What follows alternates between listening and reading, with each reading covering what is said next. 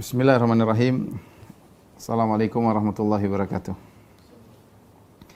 Alhamdulillahi al-ihsani wa syukru lahu ala taufiqihi wa amtinani wa asyhadu an la ilaha illallah wahdahu la syarika lahu ta'ziman li sya'ni wa asyhadu anna Muhammadan abduhu wa rasuluhu da'ila ridwani.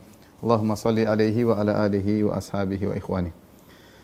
Ikhwan dan akhwat, para pemirsa jamaah Masjid Tarbiyah yang dirahmati oleh Allah Subhanahu wa taala, kita melanjutkan bahasan kita tentang sirah Nabawiyah. Pada pertemuan lalu telah kita selesaikan dari Ghazwatul Ahzab atau Ghazwatul Khandaq, perang Khandaq atau perang Ahzab. Yang akhirnya orang-orang musyrikin mereka pulang ke negeri-negeri mereka dengan kekalahan, tidak ada hasil yang mereka dapatkan. Kata Allah Subhanahu wa taala, "Wa raddallahu alladhina kafaru bi ghaidhihim lam yanalu khaira." Allah memulangkan mereka dengan kemarahan mereka. Mereka dalam kondisi marah, datang tidak ada hasilnya, sudah bawa pasukan 10.000, ternyata tidak mendapatkan hasil apa-apa. Lam yanalu khaira, mereka tidak mendapatkan kebaikan sedikit pun. Setelah mereka pergi, Nabi SAW berkata, "Al-an nagzuhum wa la yakzuna, nahnu nasiru ilaihim." Kata Nabi SAW ya, dengan penuh keyakinan, mulai sekarang kita yang menyerang mereka dan mereka tidak bakalan menyerang kita. Nahnu nasiru ilaihim, dan kita yang akan mendatangi mereka. Kita akan datang menuju ke tempat-tempat mereka.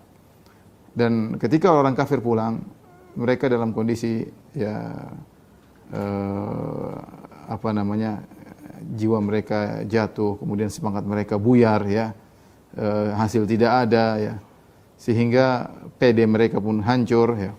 Sejak selesai perang Khandaq dan setelah Rasulullah perang Bani Quraidah sebagaimana kita jelaskan kemarin, maka setelah itu Rasulullah SAW mulai mengirim pasukan-pasukan menuju kepada kabilah-kabilah yang mereka membuat masalah dengan kaum muslimin. Di antaranya kabilah-kabilah yang ikut serta dalam perang Khandaq yang ada di Najd ya, dan juga kabilah-kabilah yang bikin permasalahan sebelumnya dengan kaum muslimin, yang berkhianat, yang membunuhi para sahabat. Maka Nabi SAW mulai mengirimi sariyah-sariyah, yaitu pasukan-pasukan perang, untuk memberi pelajaran kepada mereka. Dikirim satu persatu, baik di daerah utara, daerah ke arah selatan, Rasulullah SAW kirim ya, untuk menunjukkan bagaimana kekuatan kaum muslimin. Maka antara perang Khandaq dengan perjanjian Al-Hudaybiyah banyak terjadi peristiwa-peristiwa perang kecil-kecilan yang disebut dengan sariyah. Rasulullah SAW mengirim saraya, pasukan-pasukan kecilnya, untuk memberi pelajaran kepada kabilah-kabilah yang pernah buat permasalahan dengan kaum muslimin sebelumnya. Ya. Di antaranya, ya, Rasulullah SAW mengirim Muhammad bin Maslamah dengan 30 pasukan kepada tempat namanya Al-Qurata, ya, suatu kabilah atau Al-Qurata, suatu suku yang merupakan turunan dari Bani Bakar ya. Kemudian pasukan Muhammad bin Maslamah ya kemudian menyerang mereka ya. Ketika mereka berjalan di malam hari, ketika di siang hari mereka bersembunyi agar tidak ketahuan. Karena kita orang musuh-musuh juga memiliki mata-mata. Sehingga di antara metode yang dilakukan oleh Muhammad bin Maslamah dan pasukannya, mereka berjalan di malam hari. Kalau di siang hari mereka bersembunyi. Kemudian ketika tiba di lokasi mereka, maka diserang dengan tiba-tiba, maka mereka pun kabur. Mereka pun kabur. Akhirnya kaum muslimin membawa ghanimah yang banyak. Di antaranya juga Rasulullah SAW memerangi Bani Lahyan. Ya. Bani Lahyan, mereka yang telah pernah berbuat curang kepada Khubayb bin Adi, yang mereka telah membunuh sebagian sahabat atau banyak sahabat dalam peristiwa Raji', ya, sebagaimana telah lalu pernah kita jelaskan ya. Lokasi mereka mendekati kota Mekah ya, mendekati kota Mekah. Maka Rasulullah SAW keluar bersama para pasukan menuju kepada mereka ya. Rasulullah keluar bersama 200 pasukan. Jadi ini bukan sariyah, ini namanya ghazwah. Kalau sariyah itu Rasulullah SAW tidak ikut. Kalau ghazwah Rasulullah SAW ikut. Maka disebut dengan ghazwatu Bani Lahyan. Karena Rasulullah SAW ikut serta bersama 200 pasukan sahabatnya ya. Di antaranya ada 20 pasukan berkuda di bulan Rabiul Awal atau Jumadal Ula tahun 6 Hijriyah. Kemudian Rasulullah SAW meninggalkan Ibnu Ummi Maktum untuk menggantikan Nabi sebagai posisi imam dan urusan di kota Madinah. Kemudian Rasulullah SAW berangkat menuju ke arah utara. Begitu keluar dari kota Madinah, Rasulullah SAW menuju ke arah ke utara, padahal Bani Lihyan lokasinya di selatan, di arah Mekah. Di arah Mekah. Mekah di selatan, utara ke arah Palestina, ke arah Tabuk. Maka Rasulullah SAW di antara metode perang beliau, karena beliau tahu banyak mata-mata, maka beliau pergi ke utara terlebih dahulu, sehingga orang-orang menyangka beliau hendak pergi ke negeri Syam. Tiba-tiba di tengah jalan beliau muter arah menuju ke arah selatan, agar beliau bisa menyerang Bani Lihyan dengan tiba-tiba tanpa diketahui oleh mereka atau tanpa diduga oleh mereka. Ya, akhirnya Rasulullah SAW tiba di lokasi mereka, ya. Kemudian mereka pun kabur ke gunung-gunung, ya. Rasulullah SAW tidak bisa mengajar mereka, mereka kabur, ya, ketakutan. Maka Rasulullah SAW tinggal di tempat mereka selama sehari atau 2 hari. Kemudian Rasulullah SAW mengutus pasukan-pasukan kecil untuk mencari di mana lokasi Bani Lihyan yang kabur. Namun tidak didapatkan mereka pada kabur seluruhnya. Kemudian Rasulullah SAW pun membawa banyak ghanimah, ya.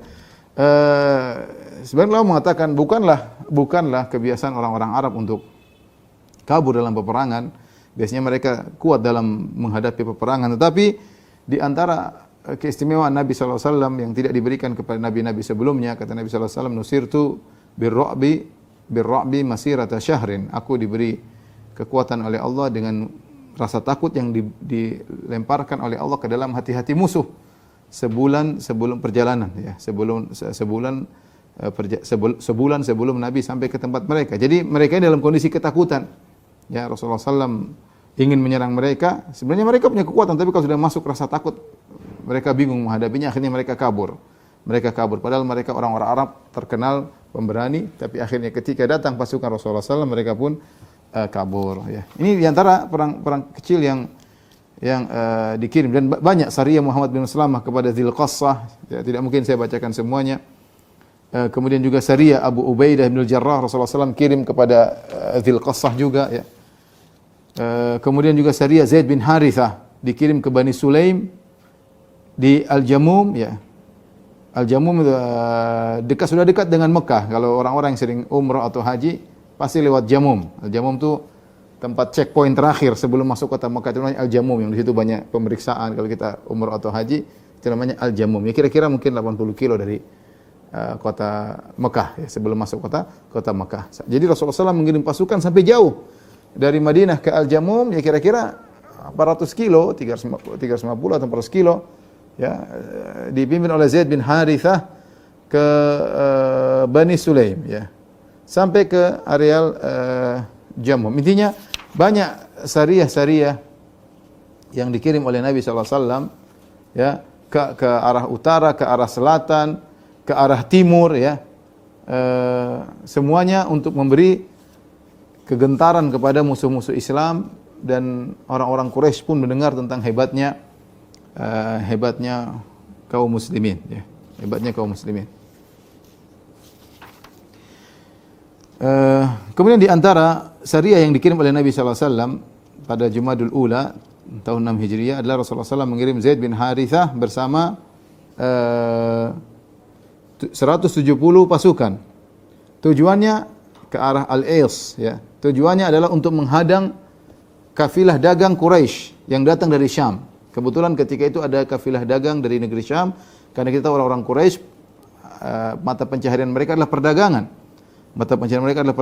Kemudian kebetulan ada kafilah dagang yang datang dari negeri Syam dipimpin oleh Abul As bin Rabi. Abul As bin Rabi, sebagaimana sudah pernah kita sampaikan, Abul As bin Rabi adalah suami daripada Zainab, suaminya Zainab bintu Muhammad, dan Abul As bin Rabi sendiri adalah ponakan dari Khadijah. Khadijah punya saudari perempuan namanya Halah.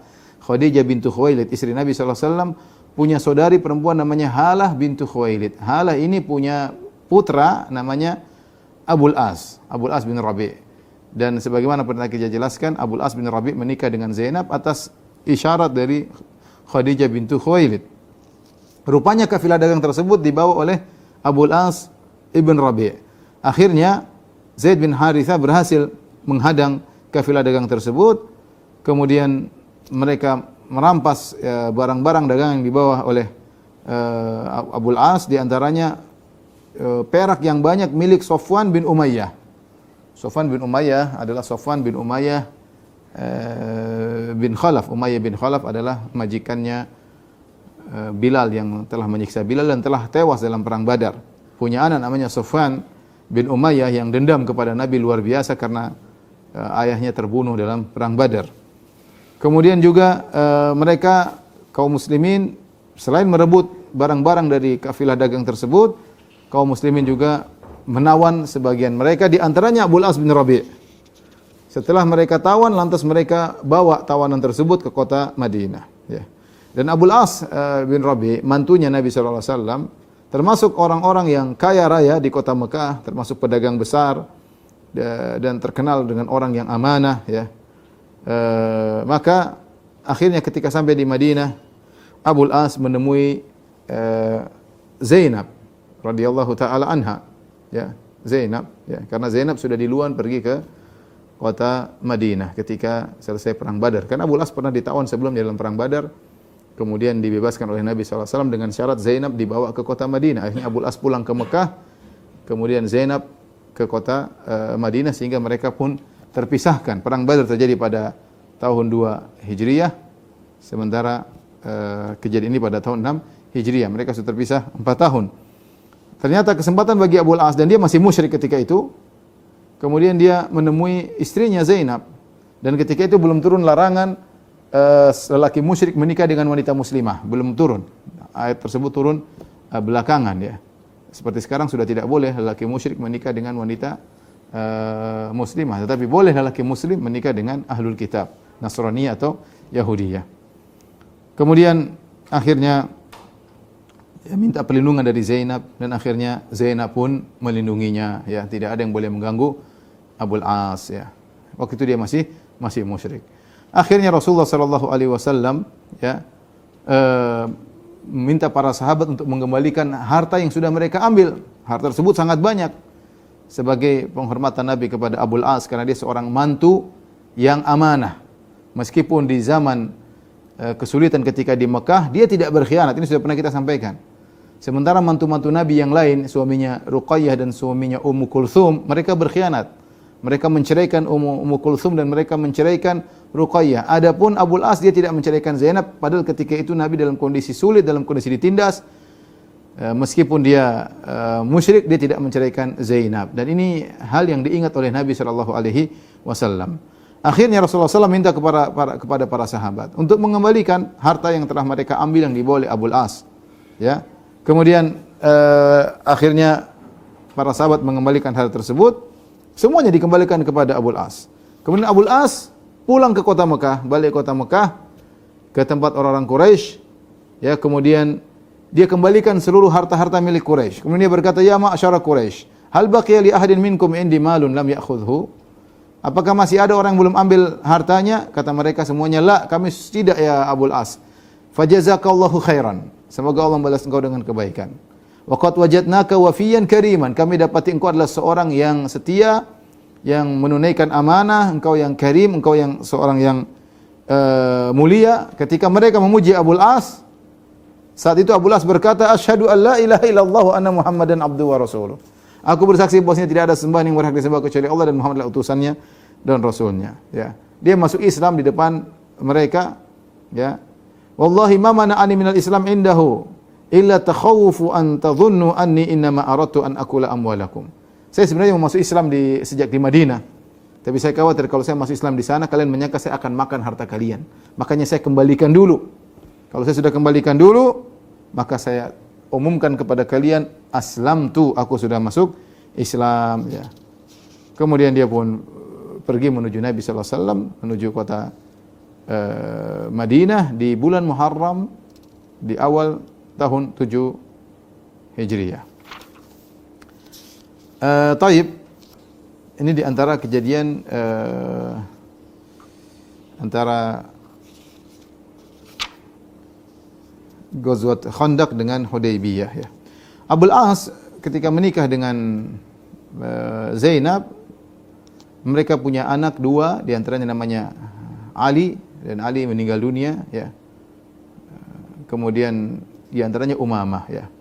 Umamah inilah yang dalam hadis Nabi sallallahu alaihi wasallam gendong dia ketika Nabi sedang salat. Umamah bintu Abil As. Rasulullah SAW salat, Nabi sallallahu alaihi wasallam wa huwa hamilu Umamah, sambil menggendong Umamah. Kalau Nabi sujud, Nabi letakkan Umamah. Kalau Nabi bangun, Nabi gendong lagi apa? Umamah, ya. Namun tidak ada keturunan dari Ali maupun Umamah yang meneruskan silsilah Nabi sallallahu alaihi wasallam. Bahkan disebutkan ketika Fatimah radhiyallahu taala anha meninggal dunia, Ali bin Abi Thalib menikahi Umamah. Umamah bintu Abil As, tetapi juga tidak ada keturunannya dan akhirnya meninggal dunia, ya.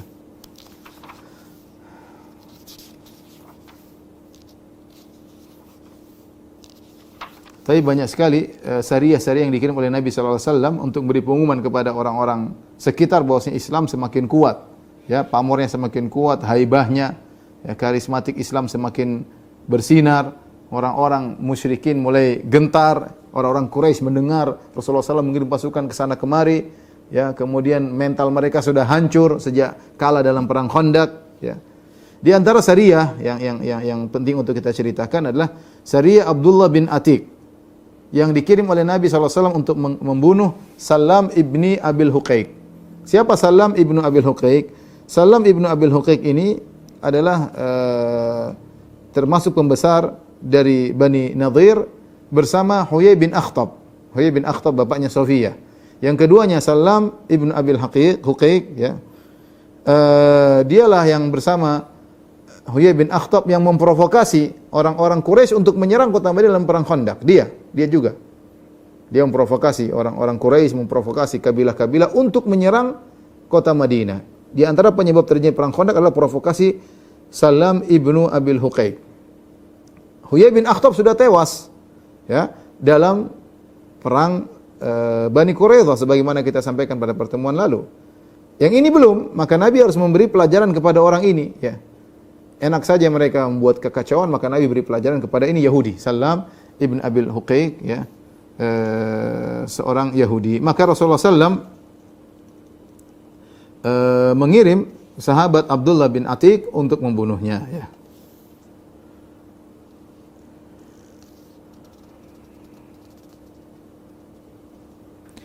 Sebelumnya sudah pernah kita jelaskan ada seorang tokoh Yahudi yang bernama Ka'ab bin Ashraf. Ka'ab bin Ashraf, tokoh Yahudi yang dibunuh oleh para sahabat, tapi dibunuh oleh kaum Aus. Jadi kaum Aus dari kaum Ansar. Kaum Ansar terdiri atas suku Aus dan suku Khazraj.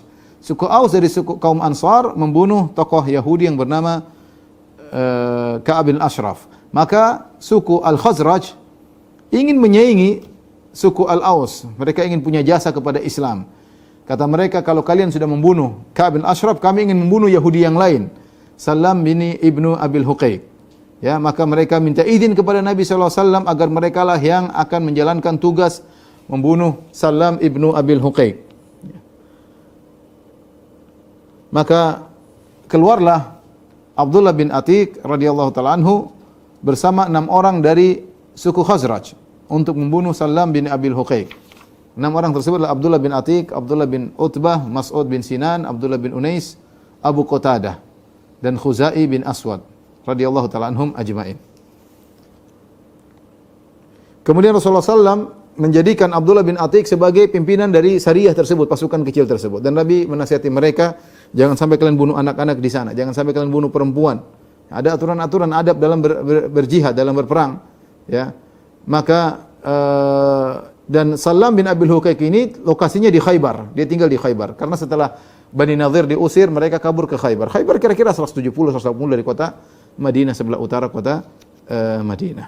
Akhirnya mereka masuk ke dalam benteng Salam bin Abil Huqaiq. Jadi dia punya benteng, ada di Khaybar itu kalau tidak salah ada 9 benteng, ya. Di antaranya satu benteng milik dia.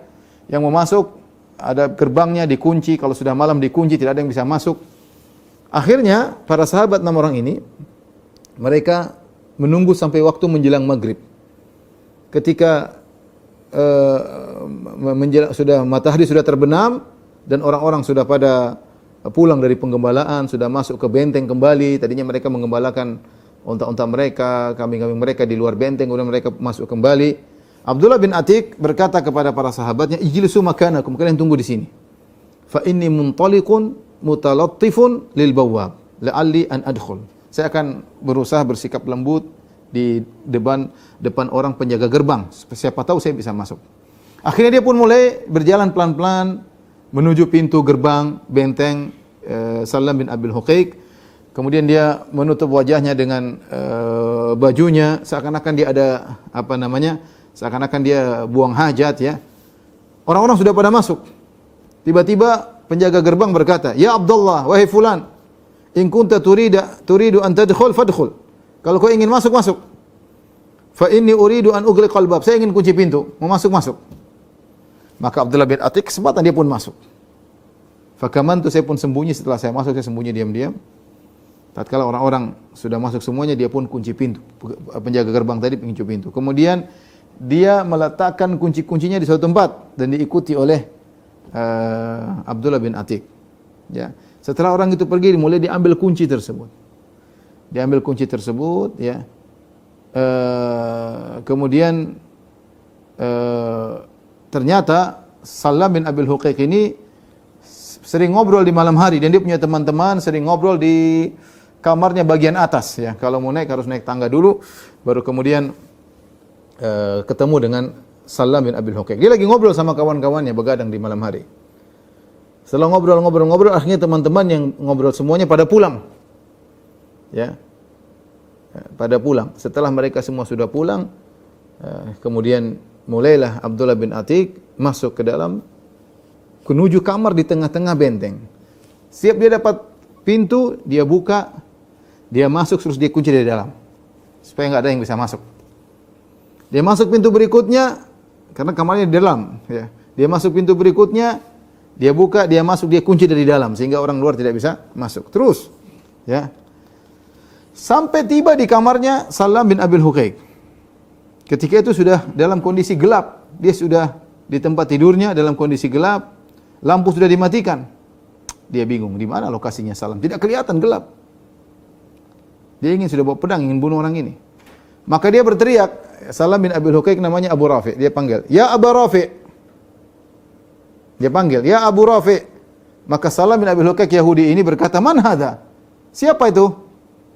Oh, dia tahu sumber suaranya di situ. Maka kemudian dalam kegelapan dia pun menuju ke sumber suara. Kemudian kata dia, "Darabtuhu darbatan bisayf wa ana dahishun." Ya, aku pun memukul dia dengan pedangku dan ya aku enggak tahu dia di lokasinya di mana posisinya. Pokoknya asal mukul aja di arah suara. Ya, tapi fama agnaitu syai'an. Ternyata tidak ada faedahnya. Dia pun berteriak. Wah, dia teriak. Teriak. Tapi pintu semua sudah dikunci. Sudah dikunci sama Abdullah bin Atiq. Fa kharajtu minal bait, kata dia pura-pura dia keluar sebentar dari rumah. Fa makastu ghairu ba'idin, aku diam sebentar. Setelah itu aku balik lagi. Masih gelap. Ketika aku balik lagi aku bertanya, "Ma hadha sawt ya Abu Rafi?" Ada apa ini Abu Rafi? Kenapa teriak-teriak? Dia pura-pura nanya lagi seakan-akan ada orang menolong. Ini suara apa ini Abu Rafi? Kenapa teriak-teriak? Kata dia, "Li ummikal wail, celaka. Inna rajulan fil bait darabani qabla bisayf." Baru saja tadi ada orang mukul saya pakai pedang. Akhirnya dia tahu posisinya di mana, maka dia pun tikam sekali lagi ya. Dia tikam kemudian ternyata belum mati juga, kemudian dia masukkan pedangnya, dia tindis ke dalam perutnya sampai keluar ke belakang pedangnya tersebut. Maka saya tahu dia bakalan mati. Setelah itu sudah saya biarkan, kemudian saya keluar ya. Mulailah saya buka pintu lagi, kemudian saya kunci, saya buka pintu lagi, saya kunci, saya buka pintu terus sampai akhirnya saya turun tangga. Di tangga terakhir, saya kira sudah sampai ke tanah. Padahal tidak, padahal masih ada tangga lagi yang lain. Akhirnya saya pun salah nginjak, saya pun terjatuh.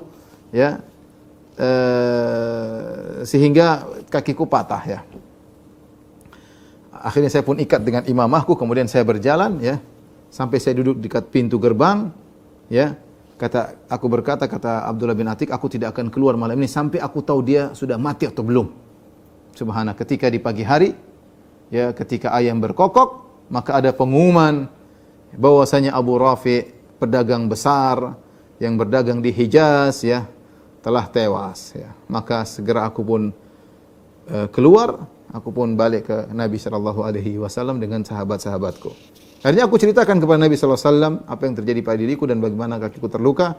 Kata Nabi sallallahu alaihi wasallam, "Ubsut rijlak." Bentangkan kakimu. Kemudian famasahaha. Kemudian Rasulullah SAW mengusap kaki Abu Rafi, kakinya Abdullah bin Atiq, akhirnya sembuh seakan-akan tidak pernah sakit sama sekali. Taib, masih banyak syariah-syariah, tentu saya tidak akan menyampaikan semuanya. Ini di antara pasukan-pasukan kecil yang dikirim oleh Nabi SAW. Tujuannya adalah untuk memberi pelajaran kepada kaum-kaum kabilah-kabilah Arab yang ikut serta dalam terjadinya perang Khandaq, yang mereka bergabung sama Quraisy untuk menyerang Rasulullah SAW. Demikian juga untuk beri pelajaran kepada orang-orang musyrikin yang punya masalah dengan kaum muslimin sebelumnya. Sekarang kita akan masuk dalam Sulhul Hudaybiyah, ya, perjanjian Al-Hudaybiyah, ya. Rasulullah sallallahu alaihi wasallam, ya, bermimpi, ya. Dalam mimpinya Rasulullah SAW umrah bersama para sahabat. Kemudian Rasulullah SAW tawaf dalam kondisi, ya, setelah itu mereka bertahallul, ada yang cukur gundul, ada yang cukur pendek. Yang kita tahu bahwasanya mimpinya Nabi adalah wahyu, ya. Maka Nabi SAW begitu mimpi seperti itu, seakan-akan perintah dari Allah suruh umrah. Seakan-akan perintah dari Allah suruh umrah. Maka Rasulullah SAW kemudian mengajak para sahabat untuk umrah. Biasanya Rasulullah SAW, ya, bermusyawarah dengan para sahabat. Tapi ini Rasulullah SAW mimpi. Rasulullah mimpi masuk di Ka'bah. Kemudian Rasulullah SAW para sahabat tawaf dalam kondisi aman. Ada yang mencukur rambutnya, ada yang gundul, ada yang mencukur pendek, ya. Karena itu Rasulullah SAW langsung mengajak para sahabat untuk umrah tanpa ada musyawarah dengan mereka. Ketika para sahabat mendengar Rasulullah SAW ingin umrah, mereka semangat sekali. Apalagi muhajirin. Mereka sudah 6 tahun tidak pernah melihat Ka'bah. Karena mereka terusir dari kota Mekah. Sudah 6 tahun mereka tidak pernah melihat Ka'bah. Kampung halaman mereka. Ya, ini sudah tahun 6 Hijriah, berarti sudah 6 tahun tidak pernah melihat Ka'bah. Ketika Nabi ajak untuk umrah, semangat mereka. Ya. Ya. Dan mereka menyangka mereka akan bisa umrah tahun tersebut. Kemudian Rasulullah SAW bukan hanya mengajak para sahabat, Rasulullah SAW mengajak juga orang-orang Arab Badui yang baru-baru masuk Islam, yang sebagian mereka masuk Islam, ya, agar keluar bersama Nabi ikut serta dalam umrah. Tetapi ya, mereka imannya masih kurang, mereka ragu-ragu, mereka masih takut sama Quraisy. Akhirnya mereka cari-cari alasan untuk tidak ikut. Mereka tidak ikut dalam perjanjian Hudaybiyah, dalam umrah kali ini, ya. Dan Allah sampaikan bagaimana sikap mereka dalam Al-Qur'an. Kata Allah Subhanahu wa taala, "Sayaqulu lakal mukhallafuna minal a'rabi syaghalatna amwaluna wa ahluna fastaghfir lana." Kata mereka, kata Allah Subhanahu wa taala, orang-orang yang tidak ikut serta dari kalangan Arab Badui akan berkata kepada engkau, wahai Rasulullah, kami tersibukkan dengan harta-harta kami dan kami tersibukkan dengan keluarga kami, mohonkan ampunan bagi kami. Yaquluna bi alsinati ma laysa fi qulubihim. Mereka alasan kita enggak bisa pergi, banyak urusan, istri kami banyak urusan, anak-anak harus diurusin, harta harus diurusin, kambing-kambing kami, unta kami banyak diurusin, maka ya minta ampunlah kepada kami, mohon ampun kepada kami, kepada Allah, istighfarlah buat kami, ya. Kata Allah, mereka ucapkan dengan lisan mereka apa yang dalam hati mereka. Dalam hati mereka sebenarnya mereka takut, ya, padahal mereka takut. Kata Allah Subhanahu wa taala, "Qul faman yamliku lakum minallahi syai'an in arada bikum dharran aw arada bikum naf'an." Siapa yang bisa mengatur kalian, mencegah dari kalian kalau Allah ingin keburukan bagi kalian atau Allah ingin beri manfaat bagi kalian? Bal kana Allah bima ta'maluna khabira. Bahkan Allah lebih tahu, Allah tahu apa yang kalian lakukan. Maka Allah bongkar hati mereka. Bal dzanantum alla yanqalibar rasulu wal mu'minuna ila ahlihim abada wa zuyyina dzalika fi qulubikum wa dzanantum dhannas saw. Kata Allah Subhanahu wa taala, sungguhnya kalian tidak mau ikut umrah karena kalian menyangka Rasul dan para sahabatnya tidak akan balik. Mampus ini, bakalan habis diserang oleh orang Quraisy. Rasulullah dan para sahabat tidak akan kembali. Wa zuyyina dzalika fi qulubikum, dan ini dihiasi oleh syaitan dalam hati kalian. Wa dhanantum dhannas saw, dan kalian telah berburuk sangka kepada Allah Subhanahu wa taala. Akhirnya yang berangkat cuma sahabat-sahabat, yang Arab Badui tidak ikut.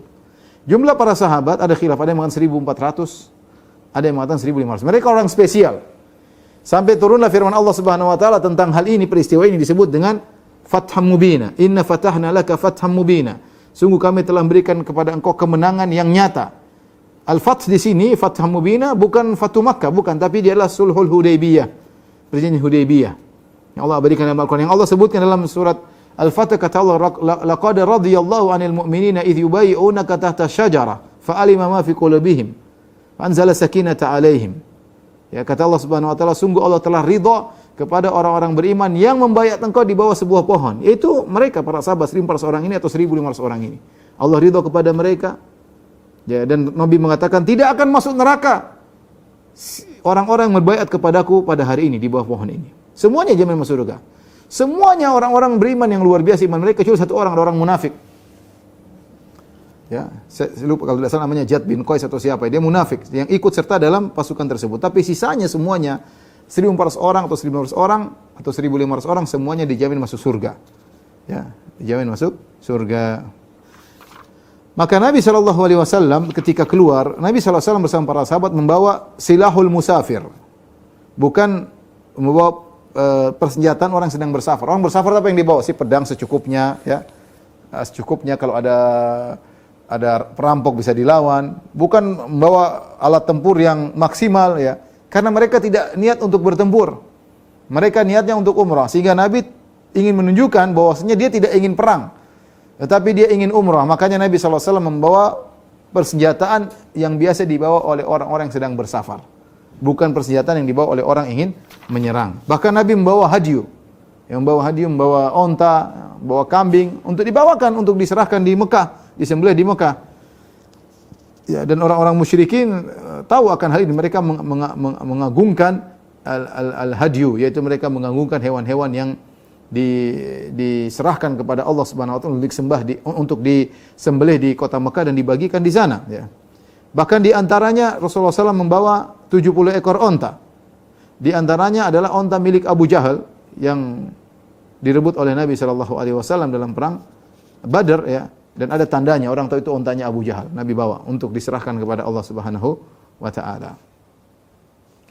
Tatkala Rasulullah SAW sampai di Dzul Hulaifah bersama para sahabat, keluar dari kota Madinah menuju Dzul Hulaifah. Dzul Hulaifah adalah tempat ihram. Kalau orang sekarang mengatakan Abyar Ali, tempat ihram. Maka Rasulullah SAW salat zuhur, ya. Kemudian setelah salat zuhur Rasulullah minta didatangkan hadiahnya, itu ontanya. Faqalladahu, kemudian Rasulullah SAW gantungkan sesuatu, ya, sebagai tanda bahwasanya onta ini adalah diserahkan kepada Allah. Maka jangan ada yang ganggu. Tsumma asy'arahu, kemudian Rasulullah SAW membuat isy'ar. Isy'ar itu kalau punuk onta dilukai, kemudian darahnya digosokkan ke punuk onta tersebut sehingga berwarna merah, orang tahu ini onta untuk disembelih di kota Mekah. Tapi tradisi ini sekarang sudah tidak ada. Di zaman Nabi SAW ada tradisi ini. Jadi bukan beli onta di Mekah, tapi ontanya dari kampung dibawa. Onta, kambing, dan itu bukan cuma haji, umrah juga. Tapi sekarang tradisi ini sudah tidak ada. Yang ada cuma orang menyembelih hadiah tatkala musim haji. Padahal umrah juga boleh, kan kapan saja boleh. Seorang punya onta, dia kasih luka, dia kasih darah, kemudian dilepaskan. Ini akan sampai kota Mekah untuk disembelih. Maka tidak ada yang mengganggunya, tidak ada yang merampasnya, ya. Jadi Nabi benar-benar menunjukkan beliau ingin umrah. Kemudian beliau bertalbiyah, labbaik Allahumma labbaik, labbaik la syarika laka labbaik, ya. Agar orang-orang tahu Nabi dan para sahabat bukan ingin perang. Dan orang-orang musyrikin ketika itu mereka menghormati orang sedang umrah. Ini suatu, meskipun mereka musyrikin, meskipun mereka orang jahiliyah, tapi mereka sejak zaman jahiliyah mereka mengagungkan Ka'bah. Dan mereka menghormati orang-orang yang masuk kota Mekah. Mereka menghormati orang yang sedang beribadah umrah meskipun mereka musyrik, karena itu adalah tradisi mereka juga. Ya, maka Nabi SAW yang dari awal sudah menyerang sana, menyerang sini, menyerang kabilah-kabilah. Nabi keluar dalam kondisi umrah, Nabi bertalbiyah agar tidak ada yang ganggu, agar orang-orang sekitar tahu Nabi dan para sahabat radhiyallahu ta'ala anhum ajma'in bukan ingin perang tapi ingin umrah.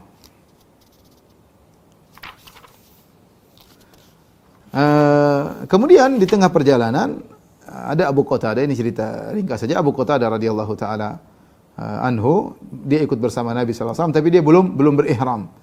Dia belum berihram, kemudian dia melihat ada himar wahsy, yaitu semacam kuda zebra. Kalau himar ahli, keledai haram dimakan, tidak boleh. Tapi kalau himar wahsy boleh dimakan. Dia melihat himar, maka dia pun berburu. Ya, para sahabat lihat, para sahabat nggak boleh ngambil karena mereka sedang umrah, tidak boleh berburu.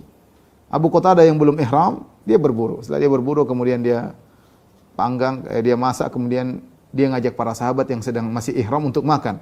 Sebagian mereka makan, sebagian mereka tidak makan. Karena mereka takut ini kan kita tidak berburu, tapi yang berburu orang lain dan dia beri makan buat kita, ya. Sehingga mereka ragu, sebagian makan, sebagian tidak makan. Akhirnya Abu Qatadah bertanya kepada Nabi SAW, dia bawa sisa makanan, kata Nabi kepada para sahabat, "Kulu, makanlah kalian. Innama hiya tu'matun at'amukumuha Allah." Itu adalah makanan yang Allah bawakan untuk kalian. Karena bukan kalian yang berburu, tapi yang berburu orang yang belum berihram. Karena orang berihram, Allah Subhanahu wa taala, la taqtulus sayda wa antum hurum, ya. Ya, janganlah kalian berburu sementara dalam kondisi ihram. Kemudian Nabi SAW melanjutkan perjalanan, ya. Ketika Nabi sampai di suatu tempat dekat dengan Usfan, maka datanglah mata-mata Nabi. Jadi Nabi SAW punya mata-mata. Rasulullah SAW kirim mata-mata juga. Rasulullah SAW tidak tahu ilmu gaib, ya. Maka beliau mengambil segala sebab-sebab yang harus dilakukan oleh seorang manusia biasa. Beliau tidak tahu ilmu gaib. Terkadang Allah kasih tahu, terkadang Allah tidak kasih tahu, ya. Buktinya Rasulullah SAW punya mata-mata untuk mengecek kondisi-kondisi, ya, memberi kabar kepada Nabi SAW. Akhirnya mata-matanya Nabi datang dan berkata, "Inna Quraisyan qad jama'u laka jumu'an wa qad jama'u laka al-ahabish wa hum muqatiluka wa sadduka 'anil bait wa mani'uk." Mata-mata Nabi berkata, sungguhnya Quraisy sudah mengumpulkan pasukan. Bukan cuma Quraisy saja, dia mengumpulkan Ahabish. Ahabish itu adalah suku-suku lain yang mereka dikumpulkan oleh Quraisy untuk ikut menyerang Nabi sallallahu alaihi wasallam, ya. Itu suku-suku yang digabungkan, ya, digabungkan selain dari Quraisy. Dan mereka akan memerangi engkau, wahai Muhammad, dan mereka akan menghalangi engkau dari Ka'bah, dan mereka akan mencegahmu. Dalam riwayat yang lain, mata-mata Nabi berkata, "Ya Rasulullah, hadhihi Quraisyun qad sami'at bimasirika." Ya Rasulullah, sungguhnya orang Quraisy sudah mendengar tentang perjalanan menuju ke kota Mekah. Fa kharajat ma'ahal udhul matafil qad labisu juludan namir. Mereka sudah keluar bersama dengan onta-onta, ya, yang ada dalam kondisi punya susu, ya, artinya mereka sudah membawa onta yang mereka bisa minum dari onta tersebut, artinya mereka sudah siap menantimu. Qad labisu juludan numur, dan mereka sudah pakai kulit-kulit macan, ya, atau kulit-kulit hewan buas, ya. Yu'ahiduna Allah alla tadkhuluha alaihim anwah. Mereka sudah berjanji kepada Allah, kau tidak bisa masuk dalam kota Mekah, ya, untuk menyerang mereka selamanya, abadan. Wa hadha Khalid bin Walid fi khailihim qad qaddamuha ila Qura'il Ghamim. Lihat, Khalid bin Walid sudah datang. Khalid bin Walid sudah diutus oleh mereka dengan pasukan berkuda, sudah tiba di Qura'il Ghamim, ya, Khalid bin Walid. Ketika Rasulullah SAW dapat kabar dari mata-matanya, ternyata Quraisy siap berperang dengan dia. Dan Khalid bin Walid sudah diutus. Maka Rasulullah SAW berkata, "Ya waihu Quraisy, kasihan Quraisy. Laqad akalathumul harbu." Mereka sudah letih, sudah capek, sudah perang-perang, sudah kalah berperang berulang-ulang. "Madza alaihim?" Kenapa mereka menghalangiku? "Lau khallau baini wa baina sairin nas." Sudahlah, biarkanlah mereka membiarkan aku bersikap dengan kabilah-kabilah Arab yang lain selain Quraisy. Ya.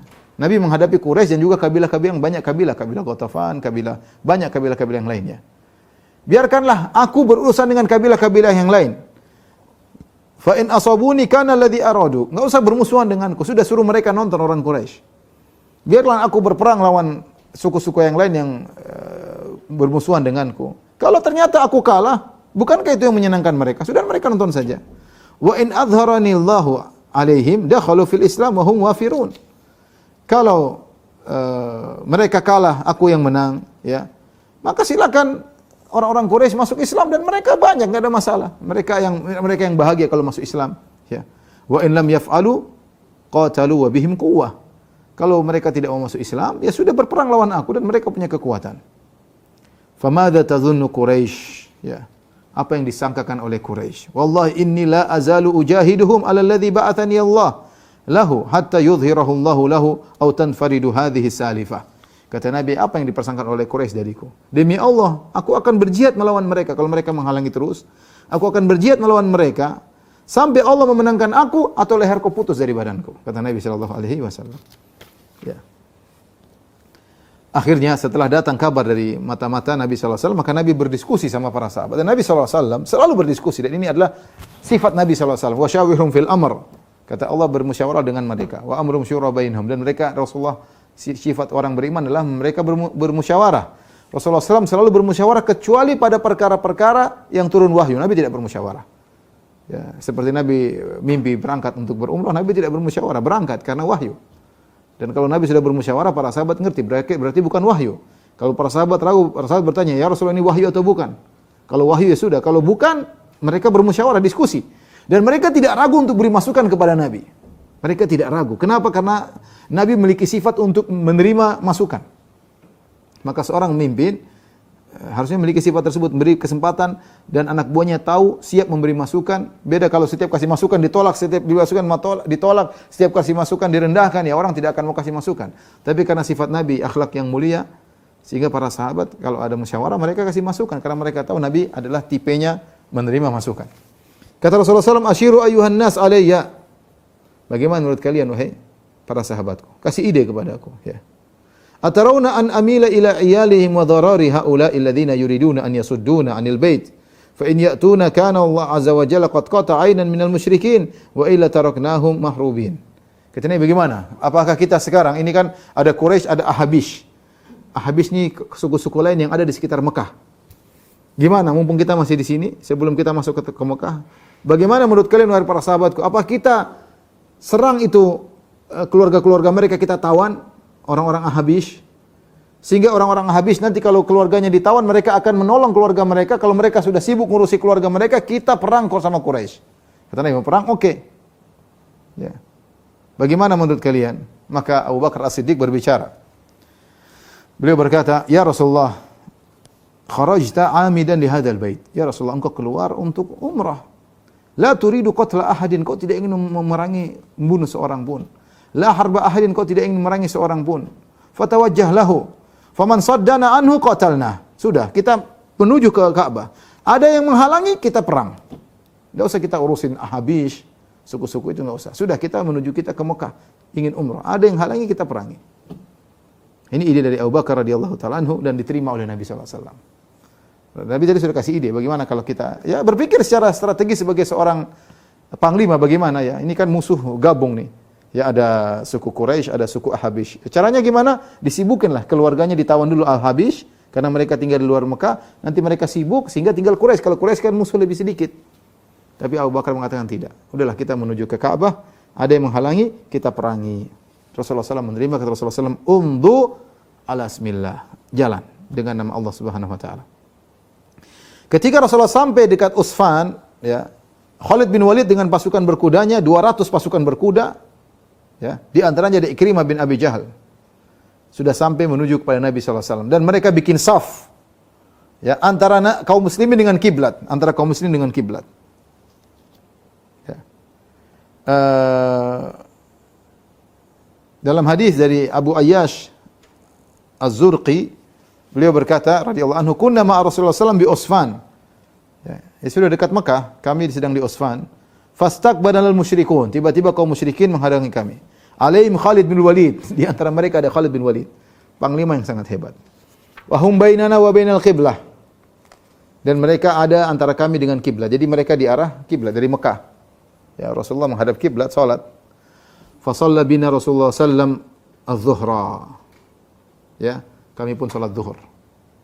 Faqalu, Khalid bin Walid berkata bersama Khalid bin Walid, "Qad kanu ala halin law asabna ghirratahum." Ya. Mereka lihat Rasulullah SAW salat. Rasulullah SAW salat zuhur biasa. Salat musafir 2 rakaat, imam, para sahabat ruku, kemudian sujud, ya. Kemudian salat biasa. Khalid bin Walid berpikir, kita tunggu mereka salat asar. Ini pertama sudah lewat, 2 rakaat selesai. Sudah, kita tunggu salat asar, nanti mereka salat sujud, kita tikam, kita serang rame-rame. Ya, Khalid bin Walid sudah sabar, tunggu mereka salat asar. Kata Khalid bin Walid, mereka berkata, "Ta'ti alaihimul an salat." Sebentar lagi datang salat asar. "Hiya ahabbu ilaihim min abnaihim." Yang salat itu mereka lebih cintai daripada anak-anak mereka dan daripada diri mereka. Ya, Khalid bin Walid sedang menanti kapan salat asar, mereka sujud rame-rame, lagi sujud serang rame-rame. Ditunggu-tunggu sama Khalid. Namun ternyata Allah Maha tahu apa yang diniatkan oleh Khalid. Ketika dia masih musyrik bersama pasukannya 200 pasukan berkuda, maka Jibril menurunkan ayat tentang salat khauf. Ternyata salatnya dirubah. Tidak diduga oleh Khalid bin Walid. Ketika salat asar tiba, Khalid bin Walid depan mereka. Mereka salat asar. Maka turunlah firman Allah Subhanahu wa taala ya, dalam surat An-Nisa 102, "Wa idza kunta fihim fa aqamta lahumus salata faltakum ta'ifatun minhum ma'aka wa li'khudhu aslihatahum fa idza sajadu falyakunu min wara'ikum," dan seterusnya tentang salat khauf. Maka bagaimana cara Nabi sallallahu alaihi wasallam salat? Ketika tiba waktu salat asar, Rasulullah SAW menyuruh para sahabat untuk salat sambil bawa pedang. Ya, karena musuh di depan mata, tapi salat asar tidak bisa ditinggalkan. Mereka salat berjamaah di hadapan musuh dan Khalid bin Walid dan pasukannya melihat. Fasafafna khalfahu saffain. Maka Nabi jadi imam, kami dua saf. Saf pertama, saf kedua. Bagaimana cara salat? Mereka salat bareng-bareng. Tsumma raka'a, Rasulullah SAW ruku, kami salat dua saf ini sama-sama ruku. Dua saf sama-sama ruku. Nabi ruku, kami sama-sama ruku. Tsumma rafa'a, sami Allah liman hamidah, kami dua-duanya dua saf ini sami Allah liman hamidah, berdiri. Tsumma sajada Nabi SAW, Nabi sujud, maka yang sujud saf pertama doang. Yang sujud saf pertama doang. Saf ke belakang, yang di belakang berdiri, pegang pedang, jaga. Ini yang tidak diduga oleh Khalid. Dikirain mau sujud bareng semua, ternyata ada pasukan yang berdiri. Ya Khalid akhirnya nggak jadi perang. Nah, gimana? Subhanallah, Allah turunkan ya, di saat salat zuhur sudah lewat, kesempatan sudah hilang. Asar ditunggu oleh Khalid bin Walid, ternyata Rasulullah merubah cara salatnya dengan salat khauf. Jadi caranya Rasulullah SAW sujud sama saf yang pertama. Setelah sujud semua, kemudian mereka duduk, kemudian mereka berdiri. Saat yang saf kedua mulai sujud, kemudian berdiri lagi. Ya. Jadi Rasulullah berdiri pada rakaat kedua, saf yang kedua menyelesaikan rakaat pertamanya, ditunggu oleh Nabi sallallahu alaihi wasallam. Ini salat asar sampai rakaat kedua. Ya. Ketika timbul rakaat setelah itu, kemudian mereka bergantian. Yang saf depan mundur ke belakang, saf belakang maju ke depan dekat Nabi sallallahu alaihi wasallam. Ya. Jadi tadinya begini, kemudian berpindah begini. Ya. Sama seperti yang tadi, ketika Nabi ruku bareng-bareng, sami Allah liman hamidah bareng-bareng. Ketika Nabi sujud, yang depan yang sujud, yang ini diam, menunggu.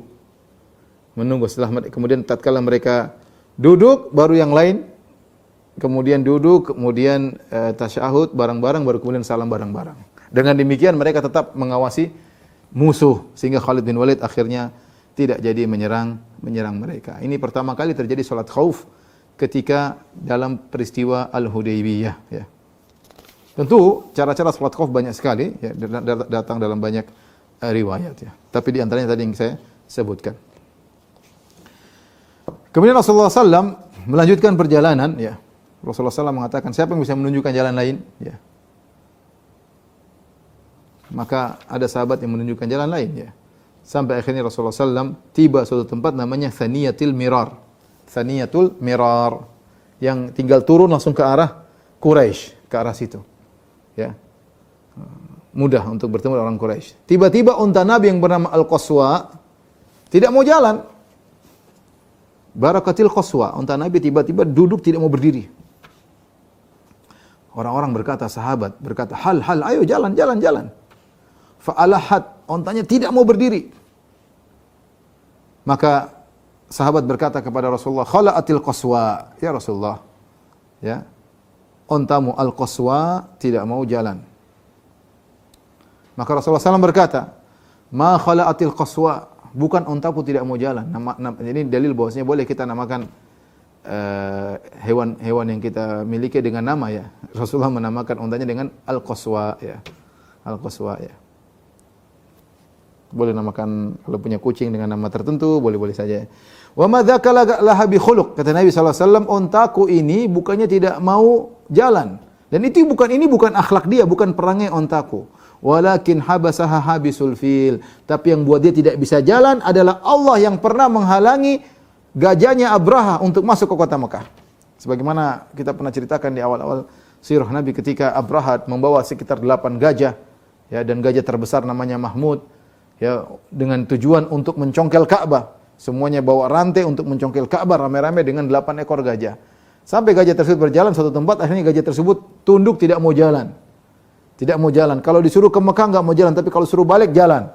Yang menahan gajah ini siapa? Allah Subhanahu wa taala. Nabi menjelaskan, ini unta aku sebenarnya mau jalan dia. Tetapi dia tidak bisa jalan kenapa? Ditahan oleh Allah Subhanahu wa taala. Ya. Ditahan oleh Allah Subhanahu wa taala. Sama seperti unta Nabi ketika Nabi ingin bangun Masjid Nabawi, kan untanya jalan sendiri. Kata Nabi, "Da'uha fa innaha ma'mura." Biarkan untaku berjalan sendiri. Sampai untanya menentukan suatu tempat lokasi Masjid Nabawi. Kenapa? Allah yang menunjukkan lokasi tersebut dengan unta Nabi yang berjalan kemudian menderam di tempat lokasi Masjid Nabawi. Kali ini unta tersebut menderam lagi tidak mau berdiri, Allah yang menahan. Kenapa kata para ulama seperti Ibnu Hajar rahimahullahu taala? Allah menahan unta ini. Kenapa kalau unta ini terus berjalan masuk ke Quraisy terjadi peperangan dan Allah tidak ingin terjadi peperangan. Kenapa orang Quraisy itu nanti bakalan masuk Islam banyak? Abu Sufyan, Khalid bin Walid, Allah tahu mereka akan masuk Islam. Ya, sebagaimana gajah, seandainya kalau gajahnya Abraham masuk ke kota Makkah maka terjadi peperangan. Maka Allah tahan itu unta tidak bisa jalan. Tidak bisa jalan, ya. Maka Rasulullah SAW berkata, "Walladzi nafsi biyadihi," demi zat yang jiwaku berada di tangannya, "la yas'alunani khuttatan yu'adzibuna fiha hurumatillah illa ataituhum iyyaha." Mereka tidak minta kepadaku suatu perangai, yaitu mereka seandainya mereka minta kepadaku untuk nyambung silaturahmi, maka aku akan kabulkan permintaan mereka. Karena pada silaturahmi ada penganggungan terhadap Allah Subhanahu wa taala. Kemudian Nabi SAW menggerakkan ontanya, ya, ontanya tidak mau masuk kota Mekah, kemudian belok menuju ke Al-Hudaybiyah. Menuju ke Al-Hudaybiyah. Hudaybiyah kira-kira sekarang 20 kilo mungkin dari kota Mekah, dia termasuk daerah halal yang terjauh, ya. Daerah halal banyak, yang paling dekat adalah Tan'im, yang paling jauh adalah Hudaybiyah. Di situ juga ada orang bikin masjid Al-Hudaybiyah. Orang banyak ke situ kemudian umrah dari situ karena dari daerah halal, karena namanya umrah masuk dari daerah halal menuju daerah haram. Apakah dari Tan'im, apakah dari Ju'ranah, ya. Nabi pernah umrah dari Ju'ranah atau dari Hudaybiyah, karena itu semua tanah halal. Namanya umrah harus dari tanah halal menuju tanah haram, ya. Taib, masih panjang ya, mungkin sampai sini aja dulu kajian kita. Wallahu taala alam bisawab. Nanti kita lanjutkan pekan depan باذنillah taala. Subhanakallah bihamdik asyhadu an la ilaha illa anta astaghfiruka wa atubu ilaik. Assalamualaikum warahmatullahi wabarakatuh.